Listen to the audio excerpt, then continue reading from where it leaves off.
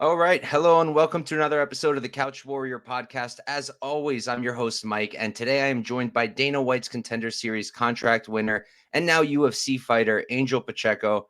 Angel, thank you so much for coming on and talking to me tonight. How are you doing? I appreciate you having me on here. I'm doing great. Had a good day, so no complaints. Awesome. So we'll start from the beginning. Want to hear a little bit of how you got into MMA, maybe what was the start for you, what got you interested, maybe what was the first martial art you did? Yeah, I used to really like WWF a lot. WWE, I guess now. I watched it with my uncle and my aunt and like my oldest sister and stuff like that. And I was never really too crazy into martial arts. I guess I used to watch boxing too a little bit as a kid. I like admired them and stuff like that, but I never really jumped into any of that. When I was about 13 or 14 years old, one day my dad came into the room. I was watching some WWE pay-per-view or something, like a recorded version of it from on a VCR. Nice. And and he's like, "Hey, when you're done watching that fake stuff, you should watch this." And through like an old, like one of the like I don't know, like one UFC 40 something. Um, and he threw it on the bed and he's like, That's real fighting." And I was like, okay, whatever. So I ended up watching it. I skipped like a couple of fights, and then I ended up watching Eve Edwards versus Josh Thompson. And right away, that fight kind of like caught my eye. It was like a little bit of mixture of grappling and like stand up, but more so stand up. And Eve Edwards took Josh Thompson's back. He like Matt returned him, and then when Josh Thompson got up, he broke hands and he tried to throw a spinning back fist. At the same time, Eve Edwards jumped in the air, kicked him in the head, and then like proceeded to punch him a couple more times on the ground. He KO'd him. I don't know why, but something about that, I was like, wow, I need to do this. And I have no idea why that specifically was like crazy. And it's funny because I'm not like an athlete like that. Like I'm not gonna probably jump in the air and head kick somebody off of something like that. But it was just, I don't know, that was the fight that attracted me to it. And then from there, I just asked my dad, hey, can you teach me pretty much like boxing? I joined wrestling in high school because of it. Was I your dad a wasn't very, boxer? no, I mean he grew up doing it, like amateur boxing or whatever, but he got like into a lot of fights when I was younger and stuff like that. Not that that's a good thing, obviously, but he's just kind of known as like a good fighter amongst like people that I grew up around. So, Nice. but yeah, he had good basic boxing fundamentals and things like that. So I started with him, um, and then just his work schedule and things like that didn't obviously allow him to constantly always train me, but went to a Golden Gloves in Wilmer. Um, and then eventually my uncle kind of took over for a while, and but I kind of just I found everything that I could find. Like my dad put me into not Gracie Jiu-Jitsu, but it was like a Japanese style Jiu-Jitsu when I was younger too, like when I was doing high school wrestling and boxing and all that stuff. So I kind of just jumped into it, um, and made what with what I could in my hometown until I eventually moved to St. Cloud and got, training out there. And then I met Brock Larson. So and once I met Brock Larson, everything kind of just continued to evolve and grow. And I learned obviously from a guy like that, it's almost impossible to, as long as you show up. How'd you meet him? Actually, I it was my first amateur fight. I was supposed to fight at like 145, my first fight. Uh, Something happened with the guy getting injured, and then I was gonna fight at 55. And then that guy got injured, and then they said the only person they had to like offer was at 170. And I was not 170. I was walking around at like 154 back then. Oh, wow. And I was a string bean, like I was just skinny fat kind of. But well, not skinny fat, but I was fairly athletic. I just wasn't muscular in any sort of way. Like if you watch the fight, I looked very like smooth. Like I was a kid. I was like 18 or 19 years old. Okay. But so I ended up taking the fight. In hindsight, like now that I'm older, I wish I didn't. It's such a dangerous thing to do. I didn't realize, like, I guess I thought, like, I assumed 170 meant like you walk around at 170. Um, and the guy was huge. He's It cutting was down there. Brock's guy. Yeah, it was Brock's guy actually. His name was Oh, wow. Timmy Agundapeg. I met Brock at weigh-ins. I asked him where my opponent was. He said, "Well, he's out cutting weight still. He's running." And some reason in my head, I was like, "Oh, some fat guy." Nah, he was huge. But I ended up losing that fight by split decision. And It's then good. yeah, and then Brock, it was Brock's promotion that I fought for, CFX. Um, and then they had me back for like one or two more amateur fights, not fighting his guys or anything, but just, uh, and they had offered, like, invited me to come train at their gym. They're, Brock's like, hey, you tough kid, come in and train sometime. My opponent, after fighting him, he said the same thing, come in and train sometime. And then I was actually at a grappling tournament, submit sub hunt or something like that. The academy here in Minnesota used to run it. I don't Okay. know if they still do or if it's around still or what, but I seen him there and I was like, hey Brock, can I roll with you? I've never rolled with a black belt. And he was like, well, I got some matches today still, so I'll just save my strength. Why don't you come in Monday and roll with me then? And I flat out was like, I don't have money to do that. Like, I can't afford it, I don't think. And he's like, don't worry about money. Just come in and train. I was like, okay. So then I ended up going that following Monday and realized he wouldn't have wasted any energy rolling with me at that grappling tournament. He just murdered me pretty much. He was nice about it at first, but now he's not so nice about it. He just embarrasses me still to this day. So So you're still training with him over there? yes, I still train with Brock every day pretty much. Awesome. So, all right, let's hop into the very fun stuff. We've got a bunch to talk about with Contender series. So, when you finally got the call up, what was that feeling like, and where were you? Yeah. So when I found out about it, I was actually sitting on the couch with my wife and my daughter, uh, in New Hampshire at Tyson Chaurier's house. My manager, he showed me an email from Sean Shelby saying like, "Hey, we got a guy for your guy, this and that, pretty much like just saying, be ready this date, pretty much." And I was super excited. We were actually out there to help him with I'm trying to remember who he was supposed to fight. Chinese kid.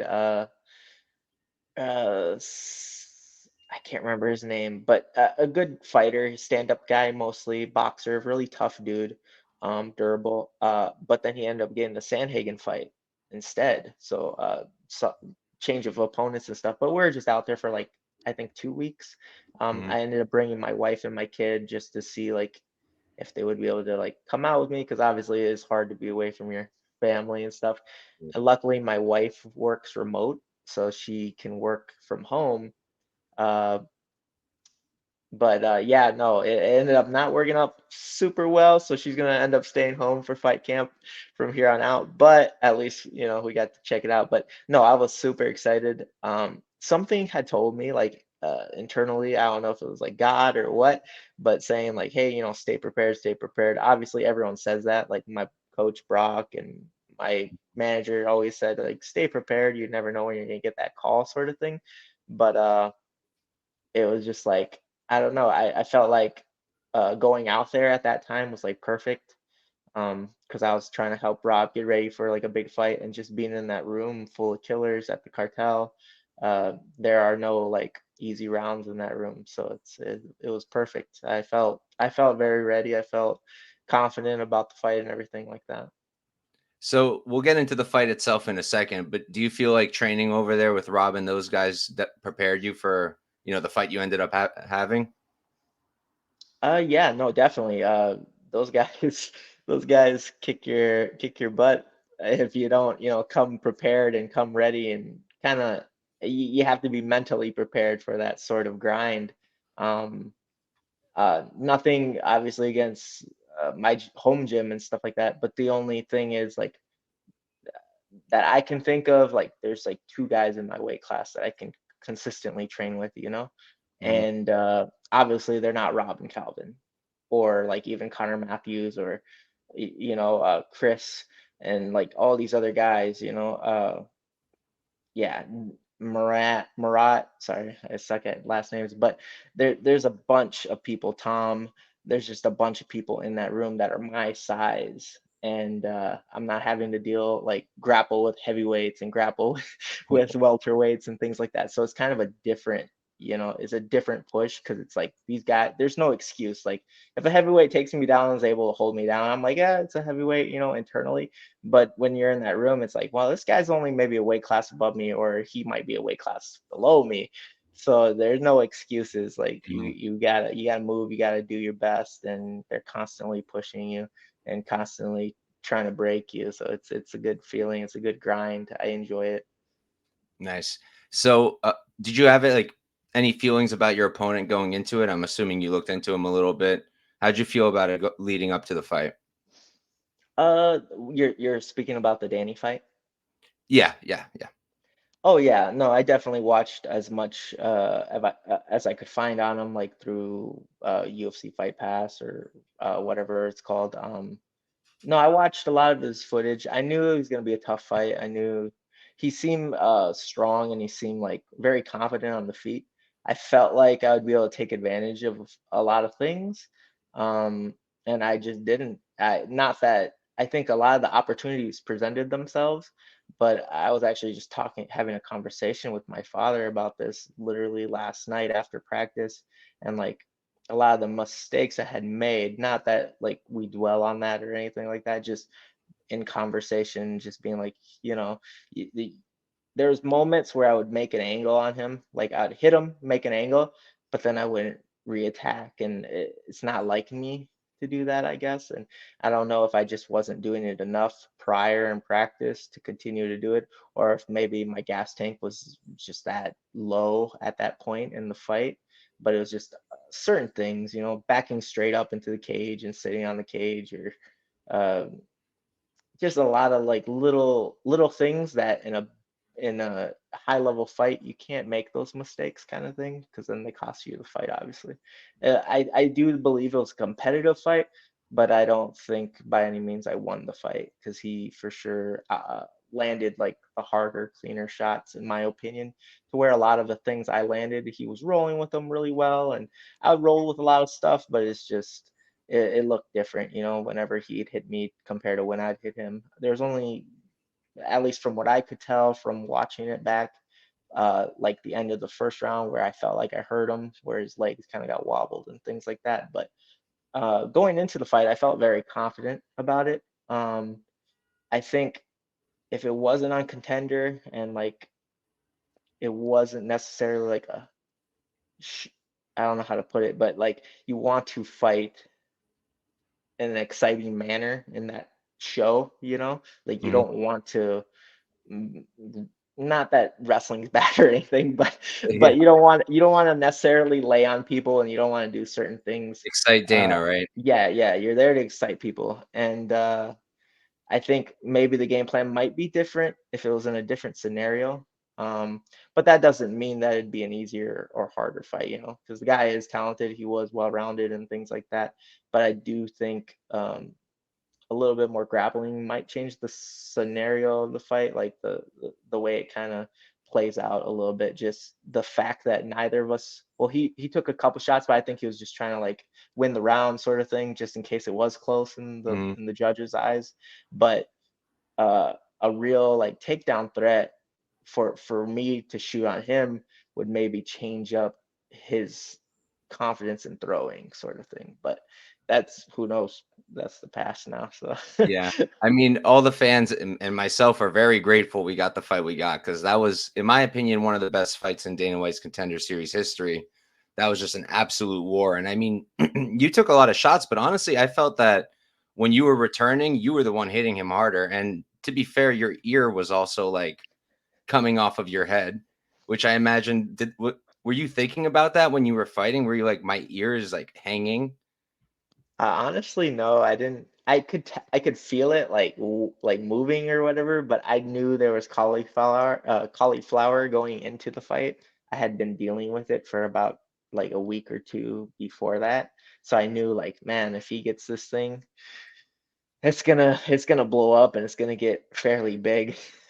But obviously it ended up happening. I think the only thing that I noticed more so, I think it was like the last round, blood started to get in my eye, and that was kind of the first time I've ever had blood in my eye, on my actual eye, like in the inside of it. And I was like, why is it blurry, kind of thing. He must have elbowed me at some point and cut a, cut open my eyebrow at some point. But that was the only thing I kind of noticed in that sense. Um, but yeah, no, I mean, like I said, I've watched it plenty of times. I just know, like the body shots really got to me, obviously. There's a few of them that was like, oof. Even watching it back, I'm like, I don't even know how the heck I stood up, but stayed up, but it is what it is. No, it was an exciting fight, and honestly, it was a fun fight. Like, believe it or not, that was super fun to be in. Really? Obviously, yeah. No, I enjoy that stuff. I enjoy it so much. Uh, a weird thing to say. Not like I enjoy getting hit, but it's just like, uh, I don't know. I just even You like kind of hard have to be like sparring and that though, things like right? that. Yeah, yeah. But even like in the gym, hard sparring with like big gloves and things like that. I love that stuff. It's like obviously it's not super healthy and you try to avoid it as much as possible. But if it happens, it's like, yeah, let's go. That's okay. So after the fight, we've all seen the video of like Dana coming in, and obviously you were really upset. So can you talk about a little bit about that? Like, what were your thoughts post, like immediately post fight, and then Dana coming in, and then ultimately finding out you actually got the contract anyways? Yeah. Well, first and foremost, I didn't know that Tyson was recording me. um, but I'm not like it. I don't. I don't feel like I'm a crybaby really in general in real life. But at that point, like it's like you just lost like the biggest fight of your life, obviously, and like ever since I was a kid, so ever since I was 13, from that day that my dad threw that DVD or whatever on the bed, and I seen that and I like fell in love with it, the sport, I wanted to be able to fight in the UFC, and that was like my life's goal, right? And be a UFC champ and continue on and build a legacy and things like that.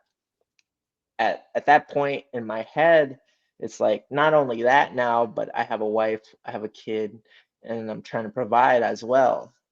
Like the UFC and bigger organizations are the only way you're going to really make any sort of money fighting, you know? And even even like the early UFC career isn't like the greatest financial choice, right? Yeah. But it's still like an option, and it's like it's your way of being like, okay, all this time put in is like like you put all this time in and now you made it. But at that point it felt like I did all these things, and I in my head internally, obviously my wife would never think this and my family would never think this, but to me at that point I was like, I failed them all. I failed everyone. I failed Brock, I failed my dad, I failed my wife, I failed my daughter. That's how it felt like in the moment. Honestly, that's just how I felt. And I was upset that I felt like I didn't perform to the ability I could. And like I was telling you, like I know I made a bunch of mistakes. Obviously, in the moment, I didn't realize I was, but then looking back, it's like, oh, I made so many mistakes. I need to do this and do this. But so yeah, I just kind of felt like a failure, and I didn't mean to necessarily like cry when I was talking to him, but I was just like, I broke down and I was like, hey, pretty much I just wanted to get across like, hey, I know I sucked tonight and I lost, but if you ever need somebody short notice or anything, please consider me, sort of thing. To bring in and give me another opportunity, a shot at this, and I won't fail, I won't lose. And I think honestly, if I wouldn't have said that, I probably wouldn't have got a contract. Not necessarily the crying part and all that stuff, but just the getting across like, hey, I really would love another opportunity. I don't care how soon it is or what, but please just let me know. Like I would fight at 170 in the UFC if it means I get into the UFC. You know, like this is an opportunity so many athletes that fight would take in a heartbeat, you know? Um, and it just felt like in that moment, like, man, I messed up, I failed. And like I said, I know my family would never like say that to me or be like, oh, you suck or whatever, you're a waste of time. But it's just the way it felt in the moment. Yeah, it makes sense. You're a beast of a fighter, but still a human, you know. Yeah. But and then so Dana didn't say anything to you in that room, right? It was later he came No. out. And then so what was it like hearing like, "Oh, I got a contract anyways." So I remember like prior interviews, like talking about that fight. I was like telling people like I don't really know uh how the fight's gonna end, like with a finish or a decision and whatever. But whoever wins this fight is getting a contract. Because I knew watching him and knowing myself, like whoever wins is getting a contract. Because it's gonna be a fun fight either way. I know it was gonna be a tough fight and a fun fight. Uh, so yeah, I was in the sorry, I was in the hospital on the phone actually with one of my best buds. He trains at Extreme Couture now. His name's Okay. Tyler Matheson. I was on the phone with him and he was still watching it, I guess. I was talking to him about the fight and stuff like that. And because I didn't know I got dropped in that first round, I found out when I was in the ambulance on the way to the hospital with Brock. I was like, I thought he was joking. And I was like, well, at least he didn't drop me or something like that. And Brock's like, he dropped you like immediately. I was like, what? I was like, no, he didn't. And he was like, yes. It was like 15, 20 seconds and he dropped you. I was like, no, he didn't. And then the ambulance guy was like, yeah, he dropped you right away. And I was like, oh, but yeah, no. So I was talking to him, and all of a sudden he's like, "Dude, you're in the UFC. You're in the UFC." I'm like, "What?" And he's like, "He just gave you a contract too." I was like, "Oh, okay. Let me call my wife or whatever." So I ended up calling the wife, and yeah, no, I was super excited. I was happy. And I just told my wife, like, "Hey, it's God's plan, I guess. Like, I was supposed to be there. I was supposed to win, or I was supposed to perform the way I did, and it is what it is." Yeah, I mean, I think out of all the losers on the Contender series who have gotten contracts, you were easily the most deserving. I mean, you guys went to absolute war, and that was an awesome fight, and thank you for that. So let's jump to your upcoming fight now. You're fighting Caolan Loughran, tough dude. When is that fight? It is March 30th in Atlantic City, New Jersey. Oh, right, right. Yeah, I'll be there. I'll be there live. Looking forward to Oh, seeing that sweet, for sure. sweet. So, how do you feel about the matchup?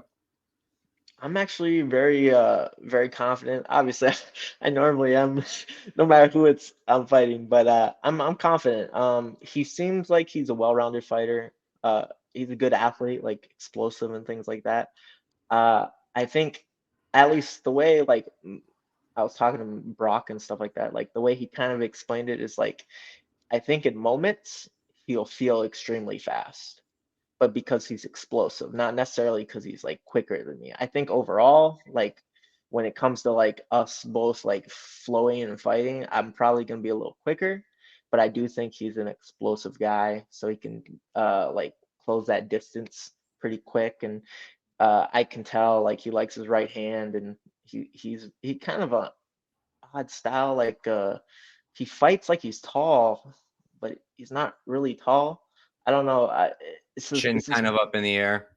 yeah, it's like a karate style almost. Like I don't know how to explain it, but it's interesting. I mean, I'm not bashing it by any means. I think, like I said, I think he's a good fighter. He's like a Fury, what is it, Cage Fury Cage Warriors. champion, Cage Yeah. Warrior champion. So like he's a legitimate, prospect, good fighter and things like that.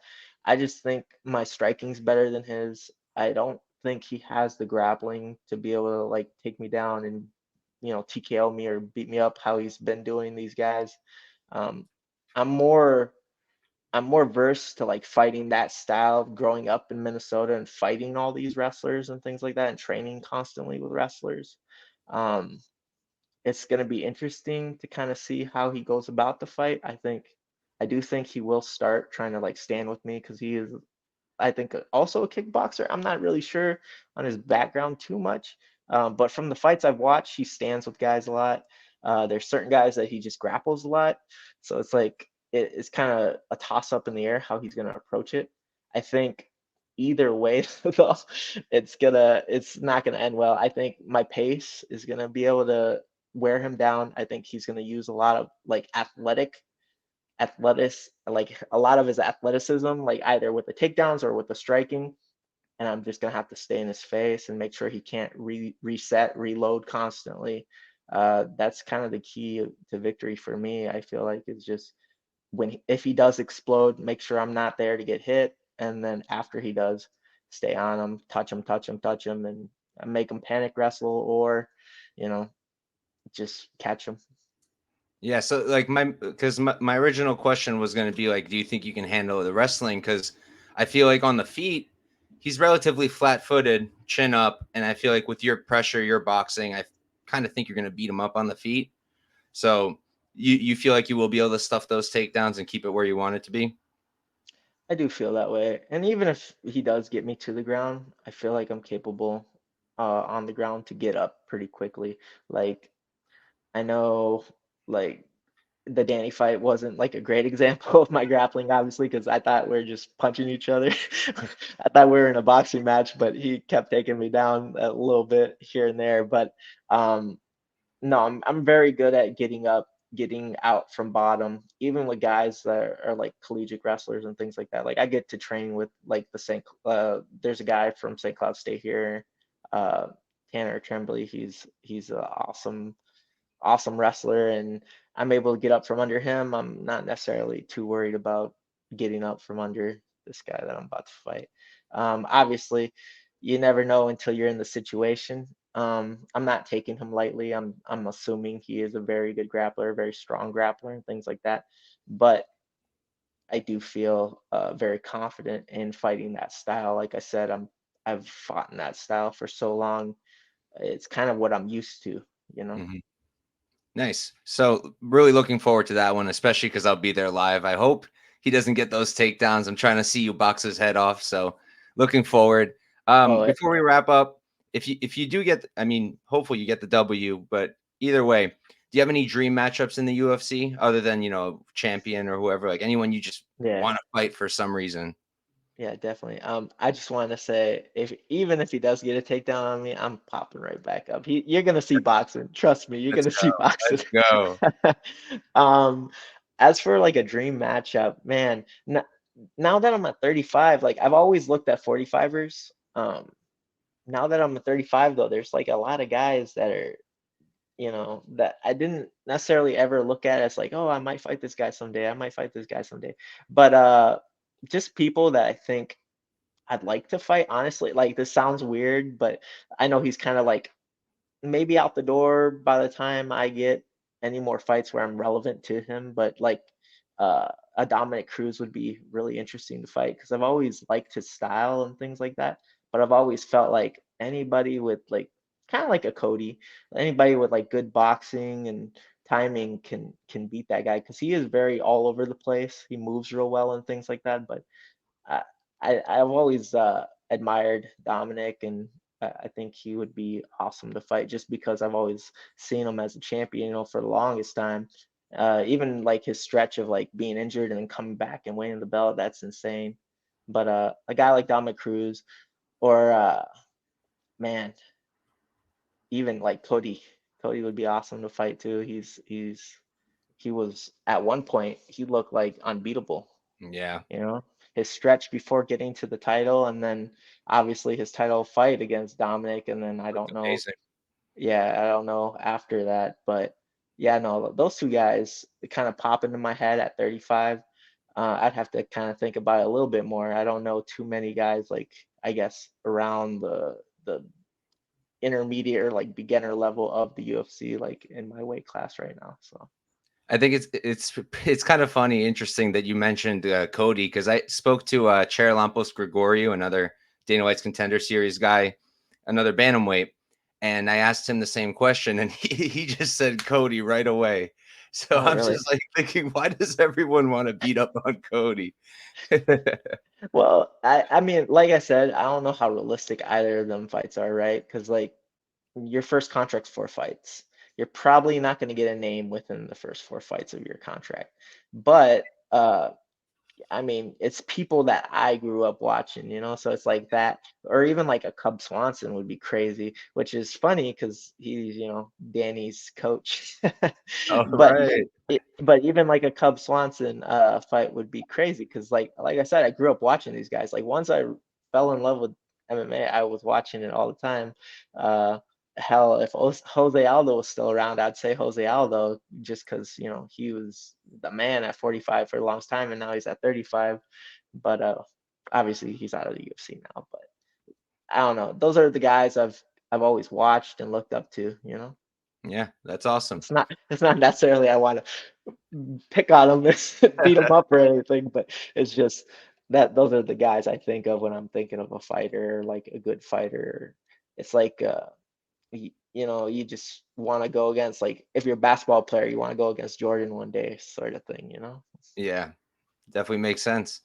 But all right, man, awesome. Thank you so much for your time. Thanks for pulling up and speaking to me. Do you have anything you want to plug real quick before we hop out?